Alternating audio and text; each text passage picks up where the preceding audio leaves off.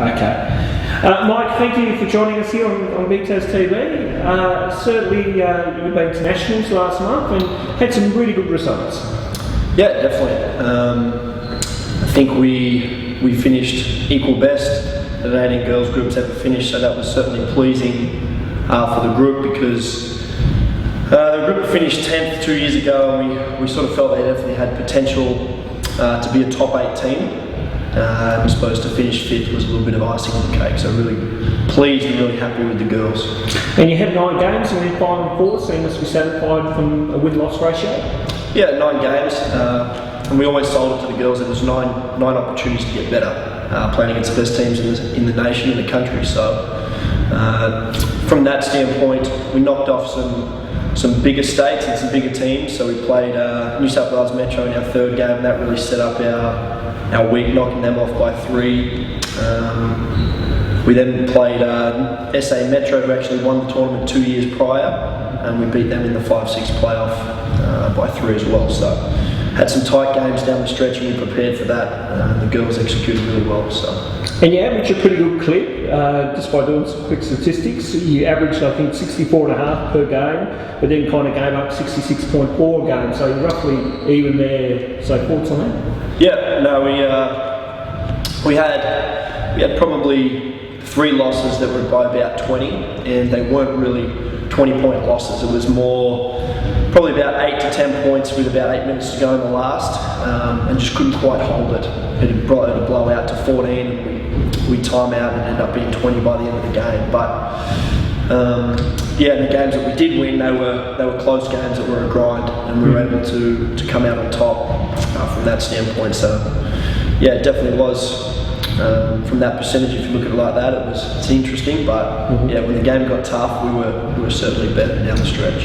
And the preparation you put in, obviously you've been in preparation, I think, since late last year, going in towards this year. How tough were you on the girls in the preparation? Yeah, prep was pretty grueling, I suppose. We started in December, and they consisted of sort of 3-day camps, 2 nights. So we'd come in on a Friday night. We'd have a 2-hour session on a Friday night, probably about 3 to 4 sessions on the Saturday, and then 2 in a practice game on the Sunday. So we'd end up with about 6 to 7 sessions per weekend. We did that 4 to 5 times. We were able to work in a few SDP and high performance camps along with that. So our preparation was pretty lengthy, but I suppose our result and the way that the girls went about it and the way that the girls are now, I guess, as players and as people, it's definitely beneficial from that standpoint. Your role as development officer, you've been down here for 11 months now. How have you suited and how have you found your feet here with BTAS? Yeah, no, really enjoying my role. Obviously, to be paid to coach basketball full time is something that doesn't happen very often. So really just grabbing it by the horns, I suppose, and getting after it in that sense. First 4 months were really tough, and now we're probably at a position where we can continue to get better and build.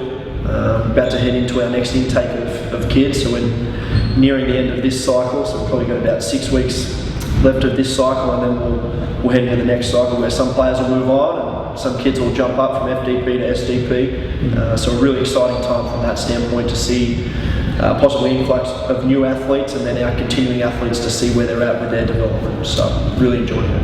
And just the weekend that's just passed, we've had round 2 of the Tri Series, and obviously all games close in the majority of the age groups. Can you give us some feedback and comments on the Tri Series? Yeah, Tri Series, great concept. Obviously it's the best basketball that kids get to play all year in terms of quality and intensity. So from that standpoint, really pleased with where we're at. I suppose 11 months into my time here and moving forward.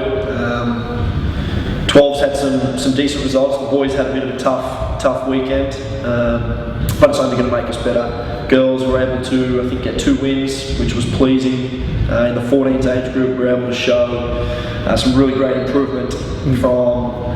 You know yourself, getting to coach one of the groups.